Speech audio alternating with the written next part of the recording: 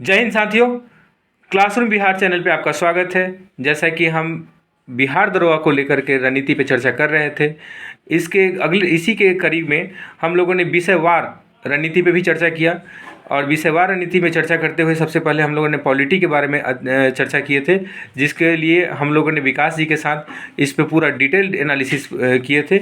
और इसके अगले क्रम में, इस विषयवार विश्लेषण के क्रम में, हम आज इतिहास के सेगमेंट को उठाएंगे और जानने की कोशिश करेंगे कि इतिहास से कितने प्रश्न पूछे जाते हैं, इसके लिए कौन कौन से बुक उपयुक्त हैं, हमें तैयारी के लिए कहाँ से प्रैक्टिस करना है, किस प्रकार से प्रश्नों के संदर्भ में बदलाव आ रहा है। इन सभी चीज़ों के बारे में हम आज पूरा समग्र विश्लेषण प्रस्तुत करने जा रहे हैं और इसे प्रस्तुत करेंगे हमारे बीच में इंदु शेखर जी। इंदु शेखर जी बहुत ही अच्छा परफॉर्म करते आ रहे हैं कंसिस्टिवली इतिहास में, तो हम समझते हैं कि ये बेहतर अभ्यर्थी होंगे, एक बेहतर विकल्प होंगे हमारे इस समस्या को दूर करने के लिए। तो आइए स्वागत करते हैं इंदु शेखर जी, आपका स्वागत है हमारे चैनल पे। आप हमारे व्यूअर्स को इन समस्याओं को दूर करने के बारे में अपना विश्लेषण दें।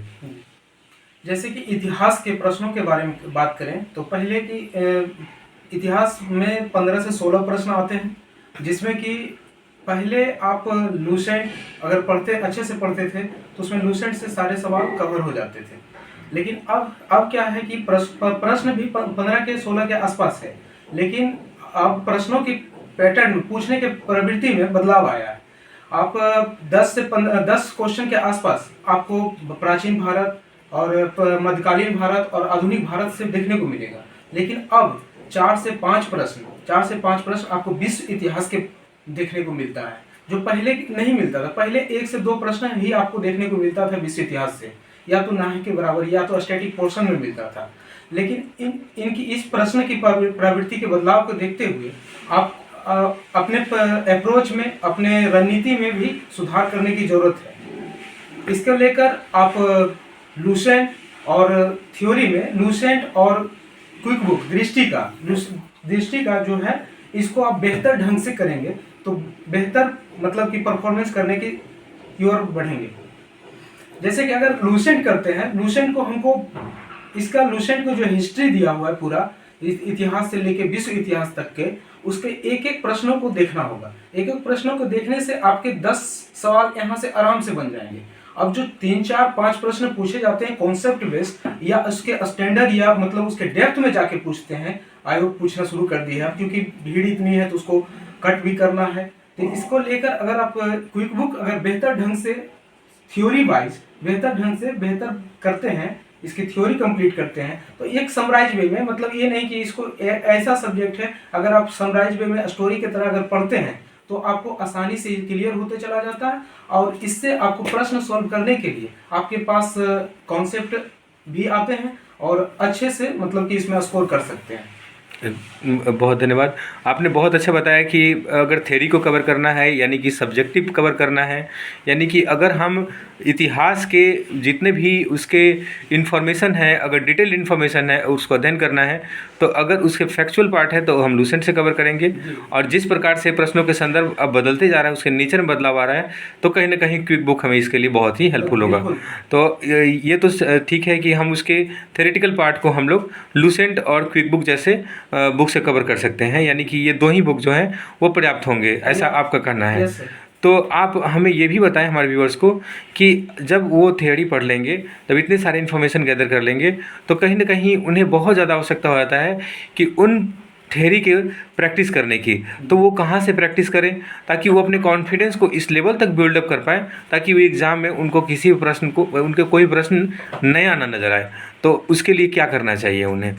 प्रैक्टिस के लिए आपको लूसेंट ऑब्जेक्टिव, जो कि बहुत बेहतरीन है, लूसेंट ऑब्जेक्टिव को आपको कवर करना पड़ेगा। एक एक प्रश्नों को अगर इसको देखेंगे तो सारे एग्जाम को कवर करती है, बीपीएससी हो, आईएएस का हो, या यूपीपीसीएस हो, या अदर पीसीएस के एग्जाम हो, इसके सारे प्रश्नों को कवर करती है लूसेंट ऑब्जेक्टिव। जिसमें कि आपको एक एक प्रश्न को अगर अच्छे ढंग से करते हैं तो आपको बहुत सारे मतलब कि एक अच्छा स्तर का तैयारी हो जाएगा। और साथ में अगर घटना चक्र को करते हैं, घटना चक्र में तो भी प्रश्न दिए हुए हैं, वो भी क्वेश्चन बैंक की तरह ही है, लेकिन उसका अगर एक्सप्लेनेशन आप बेहतर ढंग से कर लेते हैं तो आपको उसमें से जो उसके एक्सप्लेनेशन में से बीच में से जो प्रश्न बनने की संभावना होती है, अगर उसका बेहतर अपने आप को मतलब नोटबुक में तैयार करके या लिख के करते हैं तो आपके लिए वो रामबाण, मतलब कि आपके लिए एक शानदार मतलब तैयारी के और मतलब इतिहास का एकदम एक सफल बहुत रहेगा। हाँ, बहुत ही अच्छा मतलब तैयारी हो जाएगा, समग्र तैयारी हो जाएगा। तो क्या आपको लगता है कि ये लुसेंट ऑब्जेक्टिव पर्याप्त है, या घटना चक्र को भी इसमें शामिल किया जाना चाहिए? घटना चक्र के बारे में हाँ, अभी जिक्र किया है, हाँ घटना तो चक्र को शामिल करेंगे, लेकिन उसके एक्सप्लेनेशन को विद द एक्सप्लेनेशन बहुत बेहतर ढंग से करना होगा, हाँ क्योंकि उसमें इसके एक्सप्लेनेशन में ही आपको 6, 7, 8 प्रश्न देखने को मिलते हैं। जी, क्योंकि अब आयोग मूव कर गया है, क्वेश्चन बैंक सबको याद कर लेते हैं या रट लेते हैं, लेकिन अगर आप बेहतर ढंग से एक्सप्लेनेशन किसी सब क्वेश्चन पे अगर देखेंगे, जितने भी पूछे गए क्वेश्चन पे, अगर उस क्वेश्चन के एक्सप्लेनेशन को देखेंगे, तो उससे बनने वाले प्रश्न, जितना बनने वाला प्रश्न होगा वो आपसे भी, और अगर आयोग एग्जाम में पूछे जाते हैं तो आपके बनने की संभावना 100% होगा। जिस प्रकार से प्रश्नों का स्तर लगातार पहले से बेहतर होते जा रहा है, जी। और प्रश्न ज़्यादा से ज़्यादा प्रैक्टिस करने की अब ज़रूरत महसूस हो रही है, तो ऐसे में हमारे व्यूअर्स को आप क्या ही ऐसा करेंगे जिससे उन्हें ज़्यादा से ज़्यादा लाभ हो? आप क्या ऐसा करने वाले हैं जिससे उन्हें ज़्यादा बुक्स में ना फैल करके, अगर वो केवल इस चैनल से जुड़े रहें, तो उन्हें वो सारा विकल्प, वो सारी समस्याएं दूर हो जाएंगी? जैसे कि मेरा मानना है कि अभी तक मैंने जितने भी एग्जाम दिया दरोगा का, उसमें से हम अगर देखें तो मतलब कि अगर क्वेश्चन बैंक को अगर अच्छे से फॉलो करते हैं, जैसे कि आपको जितना भी बिहार का हो गया, बीपीएससी हो गया, बीपीएसएससी हो गया, या बिहार एसएससी हो गया, इनके सारे प्रश्न जितने पूछे गए हैं उसको, या यूपी पीसीएस या हिंदी मीडियम का कोई भी पीसीएस का अगर प्रश्न ले लेंगे उसको, और साथ में रेलवे और एसएससी के प्रश्नों के क्वेश्चन बैंक के इतिहास को अगर कवर करते हैं बेहतर ढंग से, तो हम उसके लिए एक बेहतरीन ढंग से प्रस्तुत करके समराइज वे में, जो कि मतलब कि आने वाले एग्जाम में बेहतर विकल्प के तौर पे प्रश्नों को मतलब कि प्रस्तुत उसके एक्सप्लेन विद ओनली ऑब्जेक्टिव नहीं कर सकते हैं, उसके साथ प्रश्नों के साथ हम उसके लिए एक 4 से 5 उसके एक्सप्लेनेशन से बनने वाले प्रश्नों को भी डील करने की कोशिश करेंगे। अर्थात आप ये कहना चाहते हैं कि ना केवल पीसीएस के एग्ज़ाम में पूछे गए प्रश्न जो कि घटना चक्र में काफ़ी अच्छे से दिया होता है, बल्कि लुसेंट और उसके साथ ही साथ एसएससी और रेलवे जैसे एग्ज़ाम, साथ ही साथ एनडीए और सीडीएस जैसे एग्ज़ाम में जो उस इतिहास के सेक्शन से उस प्रश्न जो उठाए जाते हैं, उसको समराइज वे में आप उसको पूरा डिटेल्ड एनालिसिस के साथ हम व्यूअर्स को आप देने वाले हैं। तो कहीं ना कहीं ये हमारे लिए, हमारे व्यूअर्स के लिए बहुत ही रामबाण साबित होगा, और कोई भी प्रश्न इस सेगमेंट से छूटने की संभावना बहुत ही कम हो जाएगी, ना के बराबर हो जाएगी। तो आप हमारे लिए समय निकालें, और आपने इतने अच्छे तरीके से विश्लेषण दिया कि इतिहास की तैयारी कैसे करें और किस प्रकार से इसके लिए हमें आगे बढ़ना चाहिए। तो इन सभी को समझते हुए हम समझते हैं कि व्यूअर्स को पूरा समझ में आ गया कि इतिहास कैसे तैयारी करना है।